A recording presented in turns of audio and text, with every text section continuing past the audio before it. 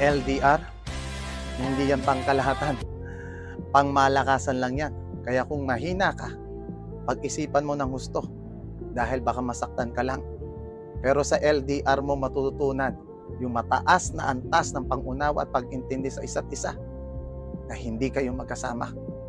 Yung iibig ka na lang, dun pa talaga sa malayo at pinakamahirap pa. Halimbawa, matutulog ka na lang sa gabi pero kailangan mo magpuyat. Magkausap lang kayo. Pagising mo sa umaga, anong katabi mo? Telepono. Sa tuwing kakain kayo ng sabay, alam mo yung lungkot na sana matikman nyo yung luto ng isa't isa. Ilang okasyon na magdadaan na ang tanging resibo lang ng kasiyahan nyo ay yung mga ngiti na screenshot nyo sa telepono. Sa panahong bagsak malungkot ka, anong panghahawakan mo? Yung tinig niya, yung boses niya. Pero maraming paraan para tumibay ang samahan. Unang-una sa lahat yung komunikasyon, yung oras. Hindi kung ano ang kaya mong bigay oras.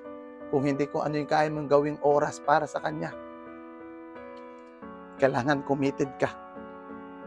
Dahil marami pagsubok na daraan sa inyo na kahit na magkagulo-gulo, siya pa rin yung pipiliin mo.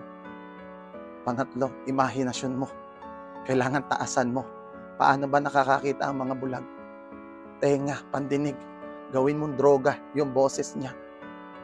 Alam mo yung pag narinig mo yung boses niya, magkakaroon ka ng imahe kung ano yung itsura niya, kung anong ginagawa niya. Pag nagawa mo yan, dala-dala mo yan kahit saan ka magpunta.